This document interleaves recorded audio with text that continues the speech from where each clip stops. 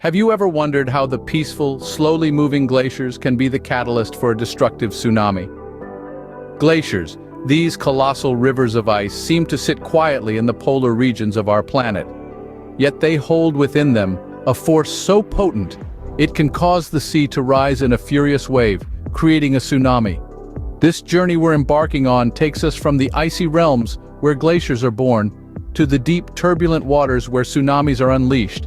It's a tale of transformation, from calm tranquility to chaotic devastation, all orchestrated by the simple elements of ice and water. We'll explore the birth of glaciers, the fascinating process of calving, and the subsequent birth of a tsunami. We'll witness the unleashing of this marine giant and discuss the aftermath and prevention of such events. Join us as we delve into the world of ice and water, where serene beauty meets raw power. Our journey begins with the birth of glaciers, a process that is as fascinating as it is complex. Glaciers, those majestic rivers of ice, are not born overnight. Their formation is a slow and intricate dance between snow, time, and pressure. It all starts in the cold regions of our planet, where winter snowfall exceeds the summer melt. These areas, often high in the mountains or near the poles, become the cradle for future glaciers. Imagine, if you will, a year's worth of snowfall, a soft white blanket covering the landscape. As the next winter arrives, it adds another layer to this blanket. Over time, these layers accumulate, each new one compressing the ones beneath it. This compression squeezes out the air pockets and transforms the snow into a dense, granular substance known as firn.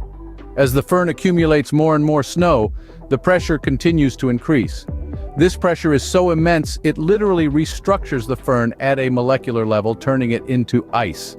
This transformation doesn't happen all at once. It's a gradual process, taking anywhere from tens to hundreds of years. Once the ice reaches a thickness of about 50 meters, the pressure becomes so great that it starts to flow outward and downhill like a slow, icy river. This movement marks the birth of a glacier, but the birth is just the beginning. As the glacier continues to move and grow, it carves out valleys and shapes landscapes, leaving a lasting mark on our planet. Yet, as awe-inspiring as these ice giants are, they also harbor a hidden danger. The same forces that give birth to glaciers can also unleash one of nature's most destructive phenomena. When a glacier reaches a body of water, it can break off or calve, creating a massive wave known as a tsunami. The glaciers, with their immense size and slow movement, are a sight to behold, yet they also hold the potential for a natural disaster. As these giant ice entities move, a natural yet spectacular event occurs: glacier calving. Think of glacier calving as the iceberg equivalent of a baby being born. The process begins when the glacier, a massive river of ice, slides down a mountainside into a body of water. As the glacier moves, it undergoes a lot of stress. The part of the glacier that extends over the water is unsupported, and the stress caused by the movement of the glacier causes cracks to form. Now imagine a piece of glass. If you apply enough pressure, it shatters. The same principle applies to glaciers. The stress on the ice causes it to fracture and break. This is where the real drama begins. The cracks deepen and widen until, with a roaring sound that echoes across the frozen landscape, a massive chunk of ice breaks off or calves from the glacier's terminus, its end. This newborn iceberg can be as small as a car or as large as a city. The size depends on the size and structure of the parent glacier. The larger the glacier, the larger the iceberg it can birth. But calving isn't just a spectacle for us to marvel at. It's a major way that glaciers lose ice. This is part of a natural process called ablation, where a glacier loses more ice than it gains. This loss contributes to the overall shrinkage of glaciers, a phenomenon we're seeing more and more as our planet warms. So, while we might gasp in awe at the sight of a city-sized iceberg crashing into the ocean, it's important to remember that this event has consequences. As the ice plunges into the water, it displaces a massive amount of water, which can lead to another, more destructive event. The calving of a glacier, while a sight of awe, sets the stage for a more destructive event, a tsunami. From the breaking off of a glacier, we now transition to the birth of a tsunami. Imagine an immense piece of ice, a fragment of a glacier, crashing down into the ocean. This event, known as calving, is where our journey begins. The energy from the falling ice is transferred to the water, displacing it and causing it to ripple outwards. Like a pebble dropped into a pond, the waves spread out, but on a much, much larger scale. We're not talking about mere ripples, we're talking about waves that can span across entire oceans. The energy from the calving glacier powers these waves, pushing them across the open water. With nothing to obstruct their path, these waves can travel at high speeds, often undetected until they reach shallow water. As the waves travel, they gather more energy, growing in size. The further they travel, the larger they become. This is the birth of a tsunami, a monstrous wave born from the displacement of water caused by a large glacier calving. The energy dynamics here are fascinating. When the glacier calves, it's akin to a sudden release of stored energy.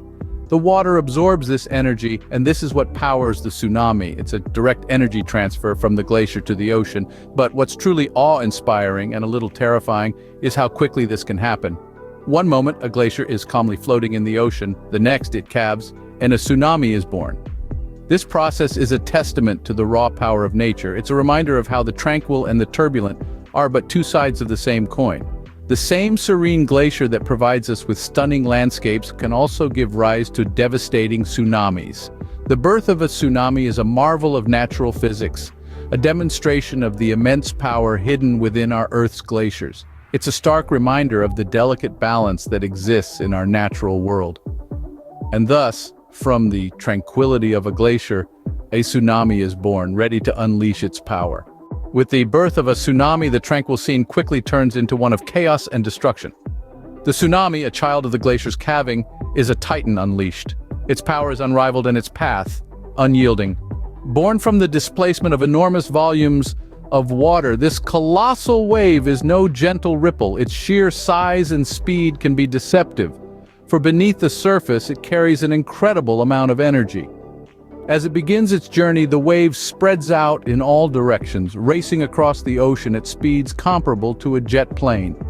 It is a silent stalker, barely noticeable in the open ocean, its true destructive power hidden beneath the surface. It's only when it approaches the shallows near land that this sleeping beast awakens. When the ocean floor rises, the wave slows down, but its height magnifies. It swells, transforming into a wall of water that seems to touch the sky. This is not a wave that breaks and crashes. It is a surge that rolls onto the shore, relentlessly swallowing everything in its path. The land offers no resistance. Buildings, trees, vehicles, all become playthings in the tsunami's brutal onslaught. It does not discriminate, it does not pause. Its power is indiscriminate and its wrath total. The violent water can move boulders, tear apart buildings, and sweep away entire communities. It is a force that humbles us, reminding us of the raw power of nature. But the tsunami's destruction is not confined to the immediate impact. The receding waters can be just as devastating, dragging debris and victims out to sea. The landscape left behind is almost unrecognizable, a testament to the mighty power of this natural phenomenon. The tsunami, a force of nature, leaves a path of destruction in its wake, a stark contrast to the peaceful glacier where it originated. This is the terrible beauty of a tsunami, a silent, relentless force that transforms landscapes and lives in its wake. In the aftermath of a tsunami, we are left to pick up the pieces and contemplate prevention. The immediate aftermath of a tsunami is a sight to behold. Communities are left in ruins, their landscapes forever altered by the mighty power of nature. Yet it is in these moments of devastation that we witness the resilience of life. The recovery process is a long and arduous journey, one that requires collective effort and strong willpower. It starts with cleaning up the debris and salvaging what's left.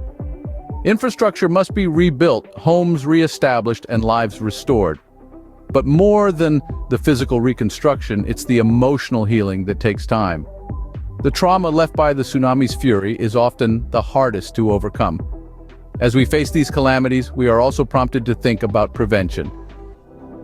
While we cannot stop a tsunami from happening, we can certainly prepare for it. Early warning systems play a crucial role in this. They detect the early signs of a tsunami, giving people precious time to evacuate and reach higher grounds. These systems use sophisticated technology to monitor seismic activity and sea level changes. When a potential tsunami is detected, alerts are sent out. potentially saving countless lives. Preparedness is another key factor. This involves educating communities about tsunamis, their causes and effects. It's about creating evacuation plans, building tsunami-resistant structures, and establishing safe zones. It's about instilling in people the importance of acting quickly and calmly when a tsunami warning is issued. From the formation of a glacier to the aftermath of a tsunami, we've journeyed through the powerful cycle of nature. This journey has shown us both the awe-inspiring and terrifying facets of our world. But the most important lesson is this: understanding our world and its natural phenomena is not just about satisfying our curiosity, it's about survival. It's about coexisting with nature and learning to adapt to its whims. Remember, understanding our world is the first step towards protecting it.